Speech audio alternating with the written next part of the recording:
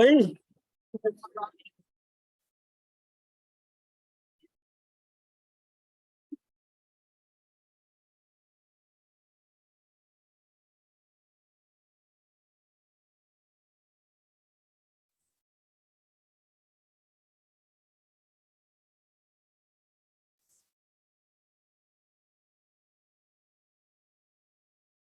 Today's invitation is given by Lee King.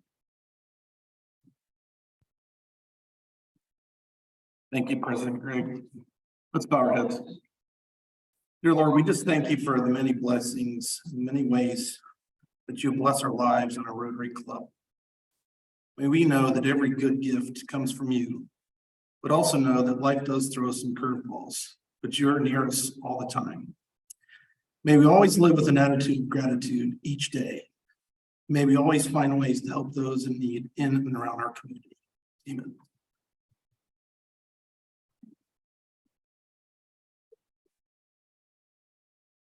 Welcome to all of you. I hope and trust you had a great Thanksgiving with family and friends.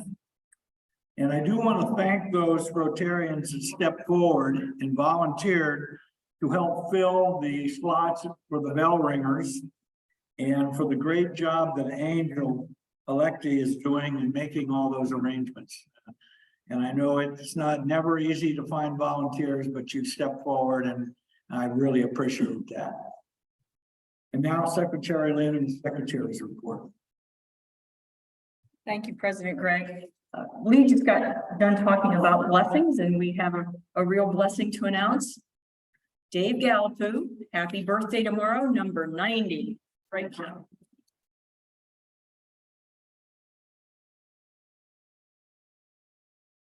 And I'm glad everyone chose to clap instead of sing. John Scott has a traveling microphone and we'll start with Joel Montgomery.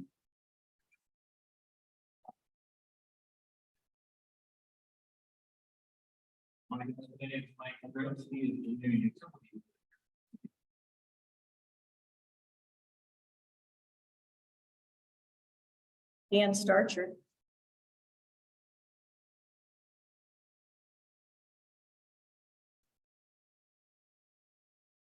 Hi everyone, so I'm going to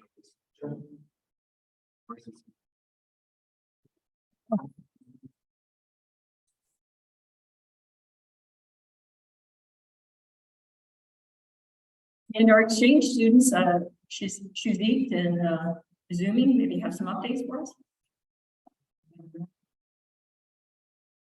we have next week.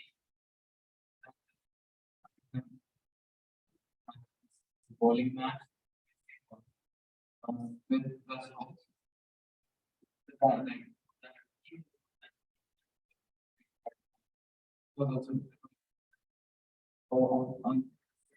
we with our host family, we in college.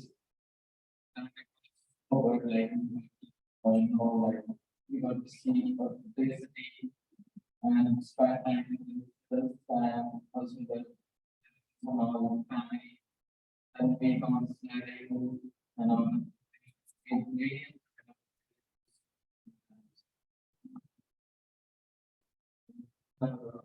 the way we response other states in Wisconsin, so we also have to Wisconsin. But then we so it was pretty actively the picture.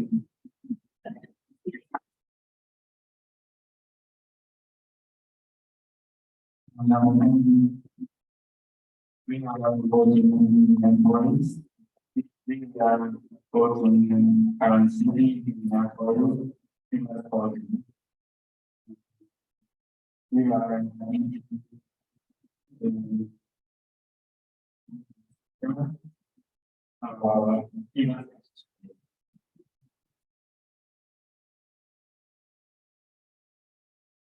Thank you both for those updates. President Greg?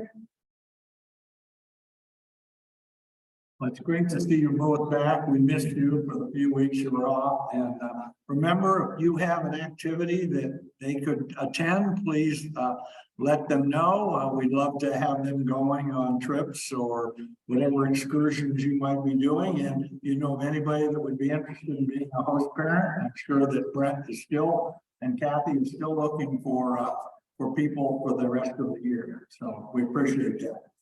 This time, we'd like Dan Starcher to come up and do his classification talk.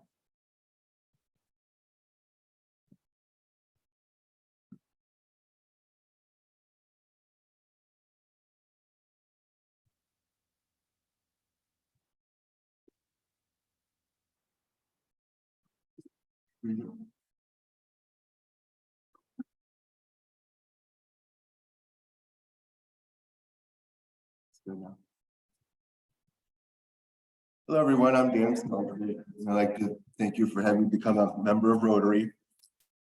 I'm joining the other service organizations, but they said no. I'm just kidding. I'm honored to be a member here.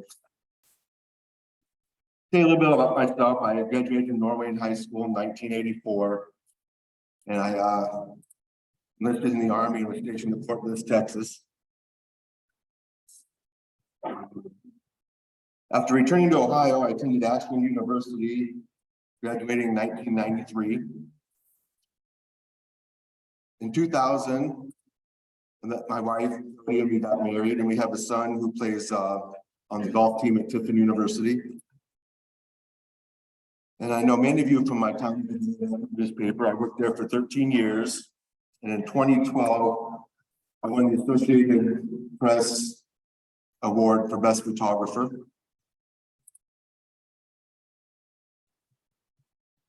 But I'm more known in certain circles for my articles about Bigfoot. These articles ran in 2015. When I left the newspaper in 2018 to work for the Wayne County Commissioner's Office, I continued to receive emails about them. People even sent me Bigfoot memorabilia. They were so popular, in fact, that I was asked to go do a video out in the woods with a official Bigfoot researcher.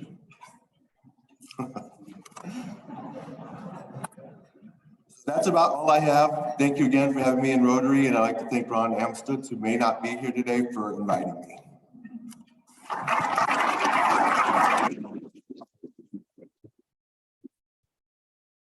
Thank you, Dan. We appreciate that. We're slowly working our way through all the new members to get their classification talk done. So you haven't given yours. I'm sure Matt's secretary is going to be contacting you very soon.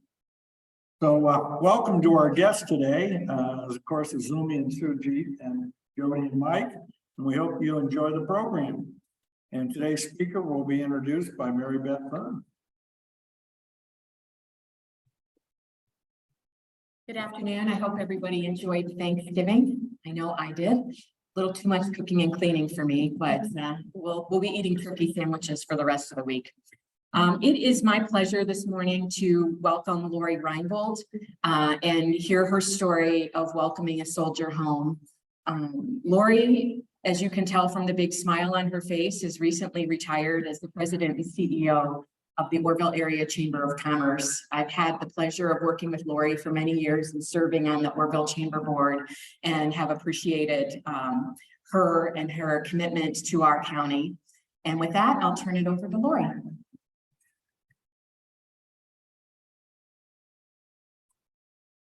So thank you, Mary Beth. It is a pleasure to be here today to share some wonderful news that this time last year I had no idea about. So I'm here to talk about my grandfather, S. Keith Bowen, Sanford Keith Bowen. Sanford's a family name, always went by Keith or Keaty. And he was missing in action, presumed killed in action from World War II. And really that is all that I knew about him until about a year ago. So I think I'm maybe getting ahead of myself on my slides. This is the first time that I am presenting the information about him. So bear with me as I go along and may have a little more detail than what you're prepared to hear. But first, I wanted to ask how many of you in the room are veterans? If you can raise a hand or stand up. So I want to say thank you to each and every one of you for your service. I have a much deeper appreciation for the military, for the veteran services, and for the whole idea of no one left behind. I've always heard that in my life, and that, you know, certainly is a nice sentiment, but I truly believe that that is what the military is dedicated to.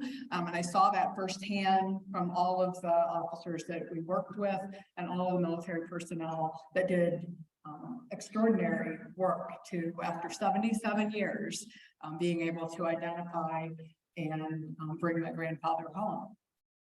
So the statement on the screen here is a quote that I have come to appreciate very much over the last year. By George Patton. It's foolish and wrong to mourn the men who died. Rather, we should thank God that such men lived. That this is not something that is sad.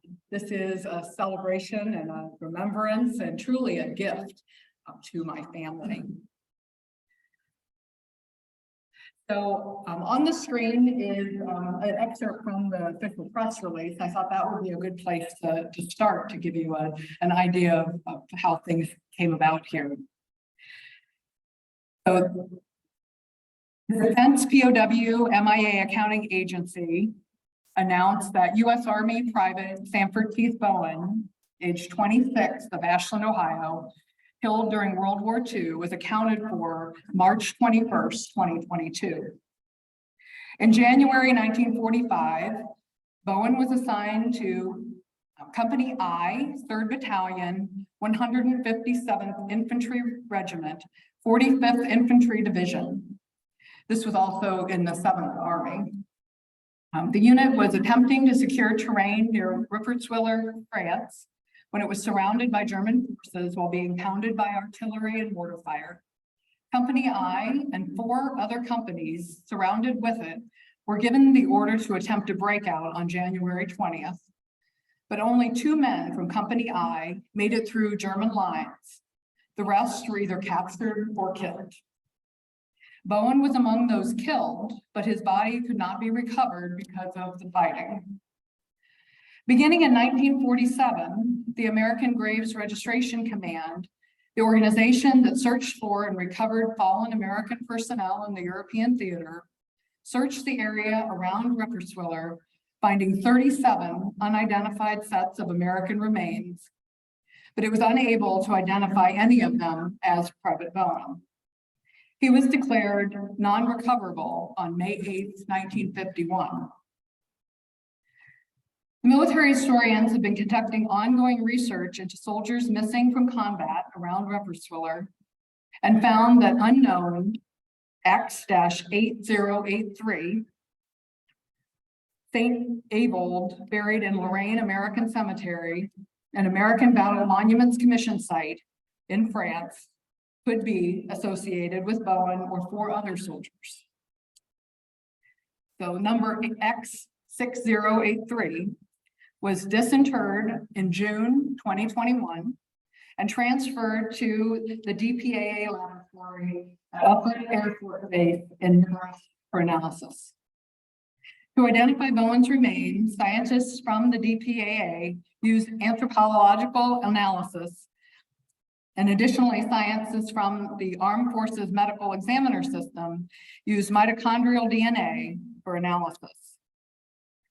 Bowen's name is recorded on the walls of the missing at Epinal American Cemetery in France, along with others missing from World War II. The picture on the screen is from the wall that his name is engraved on in France.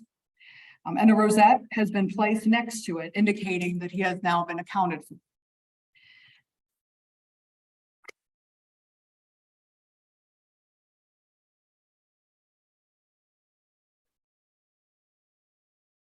I'm not moving forward. There we go. So today, I'm going to talk a little bit about the notification of recovery, how my family was informed, a little about his military service history, and then the memorial and internment that we celebrated as a family in July of this year. So he was named Sanford Keith Bowen and went by the nickname Keaty. So that's why I listed that there.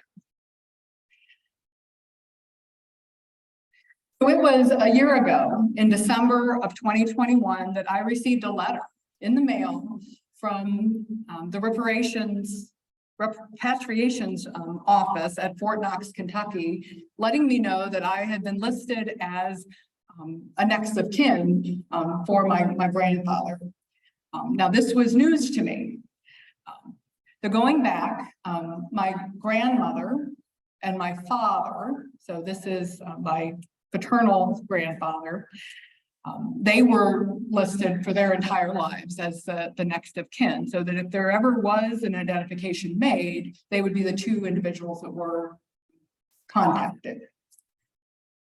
So in 2017, my father passed away from a stroke, and my sister was named as an older sister as the next of kin to replace my father.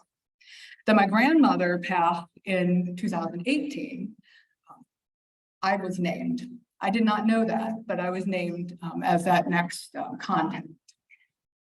So they were just simply sent me a letter asking for me to update my contact information and to accept the responsibility of being a contact. So sure. At this point in time, I knew that my grandfather had served in World War II. I knew that he had been missing in action, obviously presumed killed, but never recovered, and really had no other details other than it was a battle in France. So in 2017, I posted a picture of him on my Facebook page for Memorial Day. You know, proud of his service, proud to acknowledge that my grandfather served. And I was very surprised to have a Facebook message come back to me from a gentleman in France who wanted to let me know that he had adopted my grandfather's name from the wall of the missing at the Ethanol American Cemetery. And he sent me a picture of the wall that had his name, and there was an American flag and a POW flag and flowers that were placed there for Memorial Day, and was glad to be able to make contact with a relative. And from that point, I learned that the French citizens had a deep appreciation for the American soldiers that liberated their small villages in France. More so than we probably feel today in our own country, appreciation for veterans. The French people were very dedicated, and he let me know of other things that happened at that cemetery. That was the first time that I knew that my grandfather was memorialized at the American Cemetery in France. So going back to my timeline here, in March of 2022, I was sitting at home on just an average Tuesday evening, watching television, and had my phone next to me on the table. Got a phone call, I picked it up, and it said Fort Knox. I'm like, I know no one in Fort Knox. And at first I thought, oh, this has to be, spam or something like that. And, but I answered it, and that was the phone call that set everything into motion, that it was from the repatriations office at Fort Knox, calling to inform me that my grandfather's remains had been identified. So there wasn't a whole lot of detail exchanged in that call. Received an email from them the next day with some other basic information, but we were to have a family briefing that needed to have people travel, representatives from the military travel, to meet with my sister and I to share their findings and how all of this came to be. And that didn't happen until June. And then we set a date for July where he had a dignified transfer from the base in Nebraska where the remains were identified to Cleveland and then to Ashland. He's an Ashland native, so that's where his services were. And then the following week was a memorial service that was held at Ashland University. So I shared, the press release. This gives a little bit of additional information about the circumstances of loss that I wanted to share with you. So shortly after midnight on New Year's Eve, 1944, the German army launched a major offensive in the Vosges Mountains of Alsace-Lorraine, France, known as Operation Norwind. The Germans attacked through the Maginot Line defenses along the Franco-German border. They targeted a juncture between George Patton's Third Army, south of the Ardennes Forest of Belgium, and Lieutenant General Alexander Patch's Seventh Army in Alsace. The ensuing battle involved two U.S. Corps components of 11 infantry and armored divisions and various supporting and engineering units along a 40-mile wide front. On January 20th, all attempts to rescue the cut-off companies had failed, and headquarters of the 45th Infantry Division informed the 157th Infantry Regiment that it would pull out across the entire front. The regimental commander radioed companies G, K, I, L, and C, ordering them all to attempt to break out to fight their way south, while the rest of the units gave them cover. Only 2 men from Company I, Company I was the company that my grandfather was part of, but only 2 out of all 5 of those companies made it back to American positions, and the rest of the men from the 5 companies were either killed or captured. The majority of them being killed. Private First Class Bowen was killed in action at some point on January 20th, but there was no specific information regarding how he died. So since German forces controlled the area after the battle, American units were unable to recover their dead and wounded. Having found no evidence in captured German records that Private First Class Bowen had survived the battle and had become a prisoner of war, his remains had not been identified by the American Combat or Graves Registration Units. The War Department issued a report of death. In 1946, the American Graves Registration Command was tasked with recovering missing American personnel in the European Theater. And between 1945 and 47, French civilians discovered remains in the hills and the forests in the vicinity of Rupperswiller. And from 1947 to 1950, search and recovery operations of that area were done. So it is now known that my grandfather's remains were recovered in 1947 during this search, along with 37 other unidentified American remains in that vicinity. And he was given a number. All of those unknowns were buried together in a grave in another American cemetery in France until he was disinterred rather last June. So this is a photo of the wall in France, and his name is the first one at the top of that list, along with many from his company and the battle that he was in, as well as others from that area. So in this time between learning about the fact that his remains had been recovered and meeting with the Army for additional detail, I had a lot of time to think. And between my sister and I, and my nephew, my sister has a son, we were the 3 remaining direct relatives. But when my grandmother died in 2018, my aunt, or a half aunt, because she had married after the war when Keith was assumed killed, and had another child. When she was cleaning out my grandmother's home, she gave me a picture and said, "These are bones." I'm like, okay, that's nice. I don't know who these people are. I've never met them. I don't know anything about them. But I did know that my grandfather was in the top. I have an arrow pointing to him, that's the top. So what I was thinking was, if he would have been returned home in 1945, who would have come to his funeral? Well, he had brothers and sisters, and he had nieces and nephews.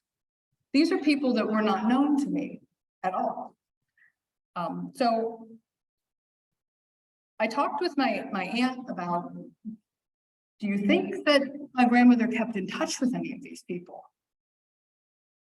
So we pulled out her address book, and I found a couple names that I'm like, okay, let's see if any of these people are still alive. And it had been several years, and they were all older. So I went through the book. So in this picture, let me just tell you who some of these people are. Next to my grandfather is his father, Ray, and then his brother Paul is on the end. And then on the other side of the photo, the woman with the little girl on her lap is his oldest sister, Lita.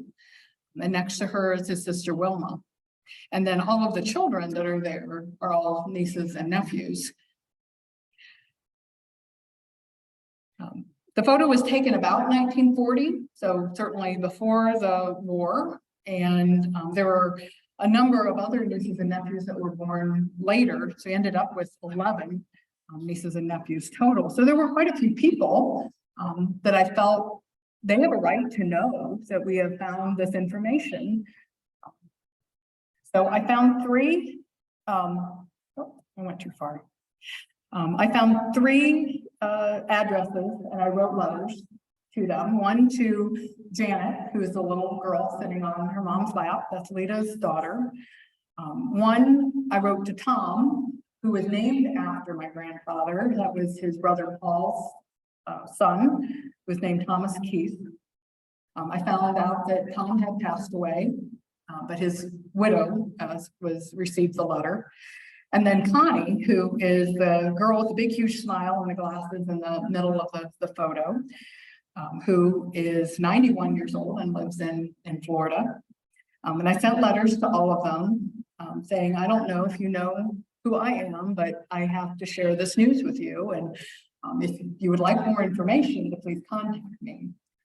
So to my delight, I received phone calls from all of them. Very grateful that I'd reached out to them to share this very important information. So as we met with the Army representatives and then initiated phone calls face to face, I was able to find out that I have a whole wealth of relatives and that I didn't know that I had. So that has been the biggest gift of all of this, is being able to bring closure to them and to be able to reunite part of our family that we did not have those connections for many, many years. So let me give you a little timeline of Keith's service. So he was drafted in 1942. June 3rd, 1942, was inducted for non-combatant military service in the U.S. Army. Non-combatant because he had poor eyesight. I think I inherited his eyesight. So it was stated on his intake forms that he was never to be in combat. He trained for quartermaster duties at Camp Perry in Port Clinton. Quartermaster is logistics and inventory, all of those kinds of behind the scenes support things that are necessary during war. Then in February 1943, he was transferred to Camp McCain in Mississippi for infantry training. So by 1943, the Americans had suffered many losses of soldiers and were starting to build up new recruits or new infantry division folks. During that time, he was promoted to sergeant and recommended for officer candidate school. So he had proved himself in his duties. In April of 1944, he was transferred to Fort Jackson, South Carolina. And then in late April of 44, he and 500 other sergeants at Fort Jackson were demoted to private first class. And that was done immediately before transferring them to Fort Meade, Maryland, to be shipped out to the European theater. The reason why they were demoted was that they didn't need any more sergeants. They were being shipped out as replacements to replace soldiers that had been killed and divvied up into different units. And they needed privates. So he was demoted back to private first class. So that some of the, you go through, the Army put together a whole document. And that was the question that we asked, well, how do you go from being a sergeant to being a private? And that was just, the laws of war, things that happen there. To give you a little personal history on my grandfather, he was a 1937 graduate of Ashland High School. He completed 3 years of college at Ohio University. And then as the war had started to build up and folks were being trained, he was employed as a department supervisor at Hess & Clark, the large company, a pharmaceutical company in Ashland at the time, while attending Ashland College to complete his degree. And he was doing that at the time that he was drafted in June of 42. While he was in Ashland working, he met Virginia Page and then married her in Ashland, November 8th of 1943. She returned with him to Camp McCain and then to Fort Jackson, South Carolina. And the young couple was expecting their first child at the time that he shipped out in April. So Sanford Reed Bowen, my father, was born exactly 1 year to their wedding day on November 8th, 1944. My grandfather never saw his son, though he did see a picture of him right before he went into the last battle that then took his life. So it is miraculous that I'm here today, because if my father had not been born, obviously I wouldn't be here either. So all of those things work out for a reason. So in the European theater, this time he joined I Company as a replacement in June of 44, following the Battle of Anzio. So he was not in Anzio, but joined immediately afterwards and was able to participate in the liberation of Rome. So Anzio, if you are military World War II buffs and understand the different battles, that was a huge undertaking for the liberation of Italy. And many soldiers were killed during that time, which is why he was put in as a replacement. But his first act as he entered into the war was actually quite a celebration as they entered into Rome. He served as a rifleman in the 3rd platoon of his company, trained in Marseille, France from June to August, which also wasn't a bad assignment to be in the south of France for the summer training. But that was in preparation for the Allied invasion of southern France, which started in August 15th of 44. And he participated in steady combat through November, from August through November, until they were able to be pulled off for a period of rest. It was during that rest period that he learned of my father's birth. And then from November 25th on, returned to battle through the Alsatian plain toward the German border. And on December 16th, he and his unit crossed the German border from France into Germany.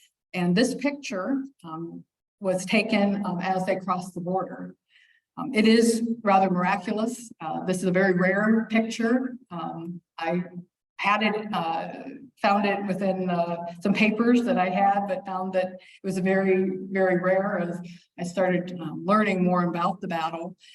Everyone in this picture, with the exception of the medic that has the Red Cross on his helmet, all of those young men were killed in the battle. The medic was taken as prisoner of war, and the only reason this picture exists is because it was his camera.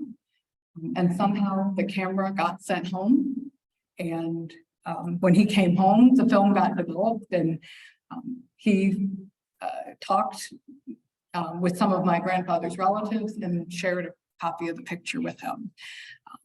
So it is just a special item to be able to have that, to see all of those young men that he was close with. To give you a sense of kind of where things were at, how many of you have ever heard of the Battle of Rupperswiller? You wouldn't have, probably, because it was going on at the same time as the Battle of the Bulge. So all of the talk and attention were given towards the Battle of the Bulge in northern France, whereas Rupperswiller, where the arrow is pointing, is in the corner there. So on December 31st, 1944, Allies had to withdraw back into France. So they had to give up their offensive position in Germany and pull back. Operation Norwind was an attack on the U.S. 7th and the U.S. 7th Army and the French 1st Armies in the mountains in northeastern France. So the 157th Infantry would be attacked by the 6th SS Mountain Division. So this was Germany's best infantry unit, especially trained for mountain fighting. And they were not German regular army, they were Nazi SS. And it was an incredibly brutal battle.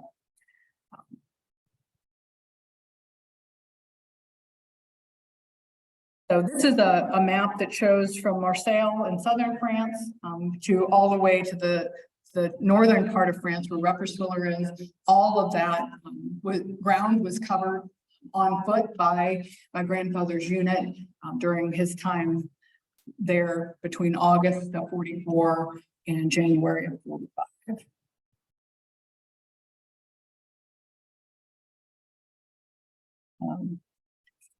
So again, just to give you a little bit of a timeline on that battle. It began shortly after midnight on New Year's Eve of 44. They were involved in intense fighting from January 14th to the January 20th. Was the heat of that battle. I mean, 5 companies were involved. On January 20th, all attempts to rescue them had been cut off. There was a blizzard, and there was also heavy fire. All of the attempts that they made to get the soldiers out, they had gone advanced to capture a ridge, and were all trapped on that ridge surrounded by the SS units. And again, when they said breakout, it's you're on your own, try to make a break for it. Only 2 soldiers were able to do that, and all of the other ones were either killed or captured. If you're interested in learning more about the battle, this is a really good article. Just Google Battle of Rupperswiller. This is on the Warfare History website. It gives a full account of everything that was involved with that. I found that very educational as I went through it.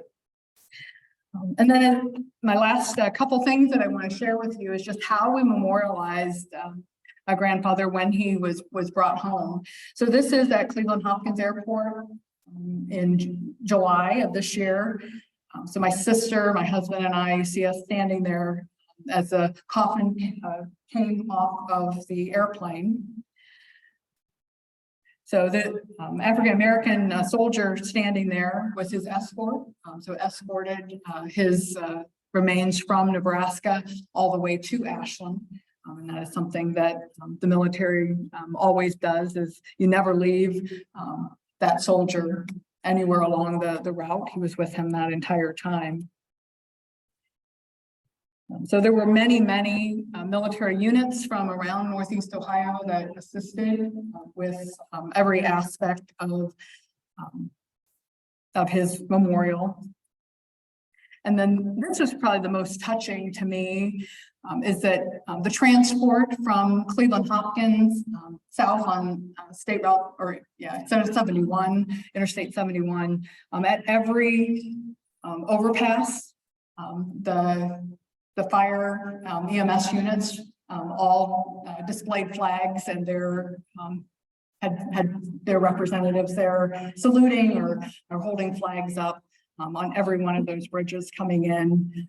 And then we had a huge group of motorcycles, veteran units that escorted our motorcade into Ashland. And then if you can see in the picture, as we came into town, there were many residents that came out to show their support. And that was truly just a very heartwarming moment to see that kind of show of respect for a soldier that had been gone for 77 years, to be able to bring him home. And then this was the presentation of the flags that followed him from Nebraska to Ohio, was presented to me at the funeral home at a short memorial service that we had there. And then there's a second flag that was used at the funeral, and that was presented to my sister. So each of us has that to keep. 21 gun salute. We had 2 of those on the night that we returned to Ashland, and the other at the cemetery. Over there, the memorial held at the chapel at Ashland University. We had many, family members. I was certainly glad that we had made those connections and was able to have kind of a family reunion around this time of remembrance, and have them there and to be part of it. Because truly, I obviously had no memory of my grandfather. They did, or they had stories from their parents, their grandparents, of their time growing up, and it truly was a closure for all of them. And I was going to be able to include them in this gift. And then many of our local military units were also there to show respect. We were honored to have Lieutenant Brigadier General, the Brigadier General in charge of the units in Ohio, there to give remarks. And then he also presented copies of all of my grandfather's medals.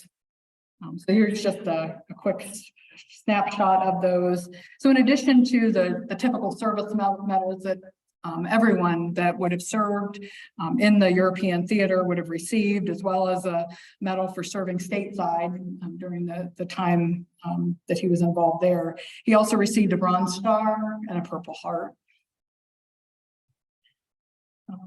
This is coming out of the chapel.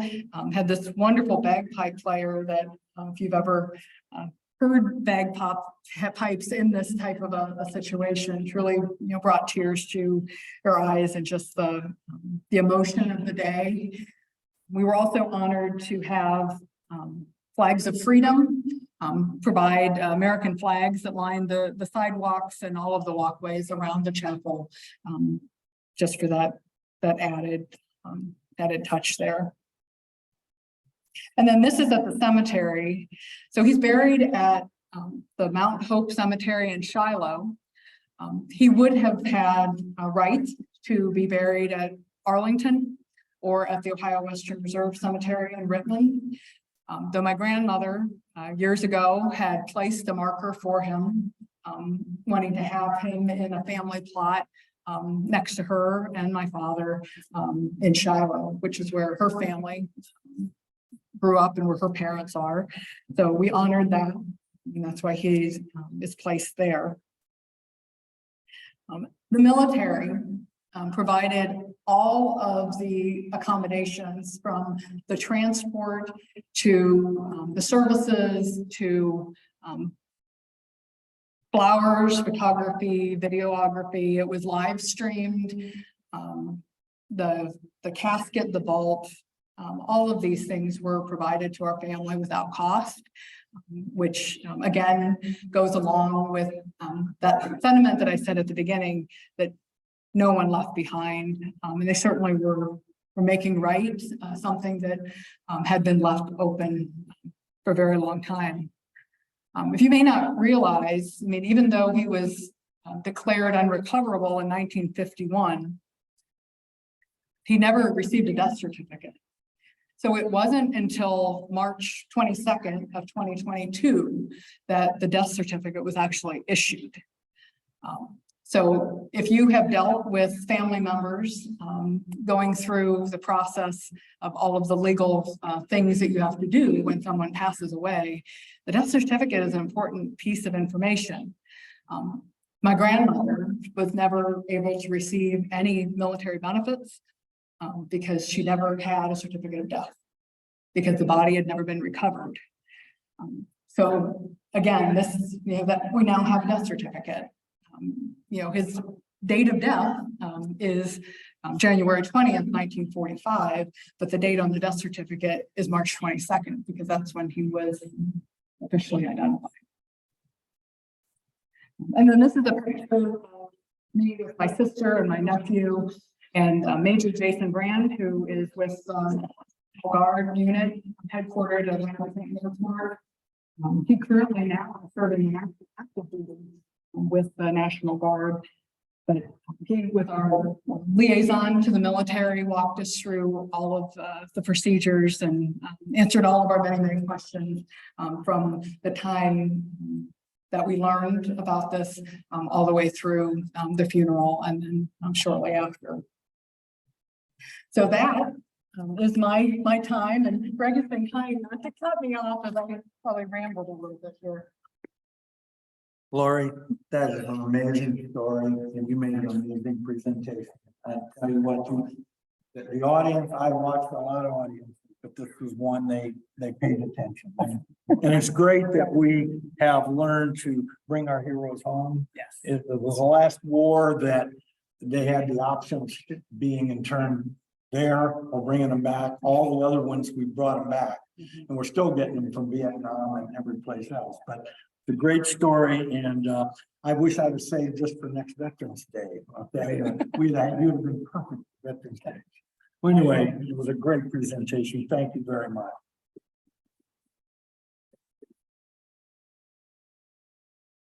Well, in appreciation for your time with us today, I'd like to present you with a rendition of the Rory Wheel four-way test on the minute, made locally by students at the Village Network. Thank you very much.